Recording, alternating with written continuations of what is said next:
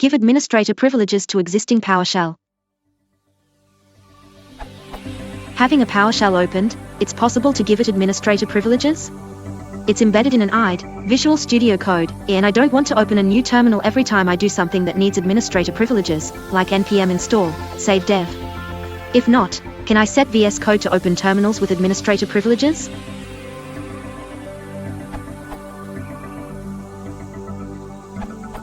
Since my suggestion, or comment, has worked for the op, I'm posting this as an answer. Launch the VS Code as an administrator, so that the integrated PowerShell also gets the admin privileges as you expected.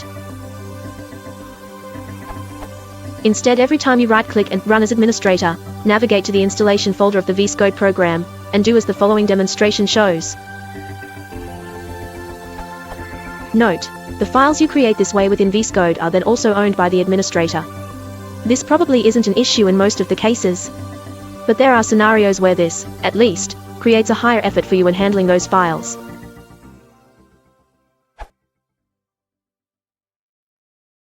If you want to support the channel, please consider liking and subscribing.